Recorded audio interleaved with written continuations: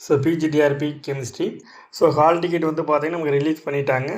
So இனிமேல் வந்து பார்த்தீங்கன்னா இருக்கிற இந்த 10 டேஸில் வந்து பார்த்தீங்கன்னா நீங்கள் வந்து ஓல்டு கொஷின் தான் ப்ராக்டிஸ் பண்ணணும். ஸோ நீங்கள் ஆல்ரெடி பிஜிடிஆர்பி ஓல்டு கொஷின்ஸை நீங்கள் ரீகால் பண்ணிட்டீங்க, ப்ராக்டிஸ் பண்ணிட்டீங்க அப்படின்னா, ஸோ இப்போ அடிஷ்னலாக இன்க்ளூட் பண்ண அந்த டாபிக்ஸ்க்கு வந்து உங்களுக்கு டெஸ்ட் பேஜ் வேணும் அப்படின்னா, ஸோ நம்மக்கிட்ட கொஸ்டின் பேப்பர் வந்து அவைலபிளாக இருக்குது. சரிங்களா? So old PGTRB question, so அந்த பிடிஎஃப்லாம் உங்கள்கிட்ட இருக்கும். ஸோ அது எல்லாமே நீங்கள் சால்வ் பண்ணீங்க அப்படின்னா, ஸோ ஓல்டு சிலபஸ் கொஸ்டின்ஸ் தான் அதில் இருக்கும்.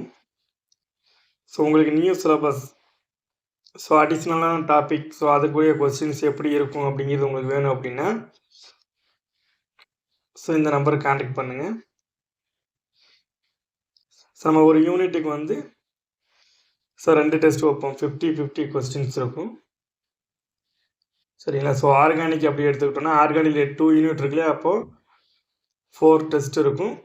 நெக்ஸ்ட்டு ஆர்கானிக் 2 யூனிட்டையும் சேர்த்து நமக்கு 110 கொஸ்டின்ஸ் இருக்கும். சரிங்களா? ஸோ இதே மாதிரி எல்லா யூனிட்டுக்குமே 10 யூனிட்டுக்குமே நம்ம வந்து புதுசாக ஆட் பண்ண டாபிக் எல்லாமே டெஸ்ட்டு கவர் பண்ணியிருப்போம். இதில் இருக்க கொஸ்டின்ஸ் எதுவுமே வந்து பார்த்தீங்கன்னா ஓல்டு பிஜிடிஆர்பி கெமிஸ்ட்ரியில் இருந்து எடுக்காத கொஸ்டினாக தான் இருக்கும். சரிங்களா? எல்லாமே புது கொஸ்டின்ஸாக தான் இருக்கும். புதுசாக ஆட் பண்ண டாபிக்ஸ்.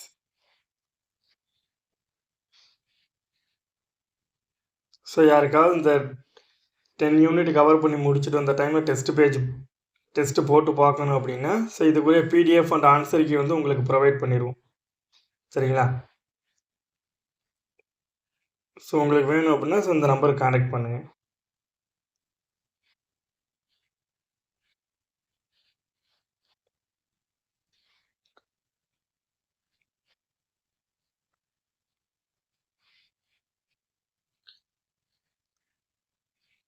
அதோடைய கொஸ்டின்ஸ் எல்லாமே ஸோ இந்த மாதிரி தான் இருக்கும். ஸோ உங்களுக்கு கொஸ்டின்ஸ் பிடிச்சிருந்தது அப்படின்னா ஸோ நீங்கள் வாங்கி ஒர்க் அவுட் பண்ணி பாருங்கள்.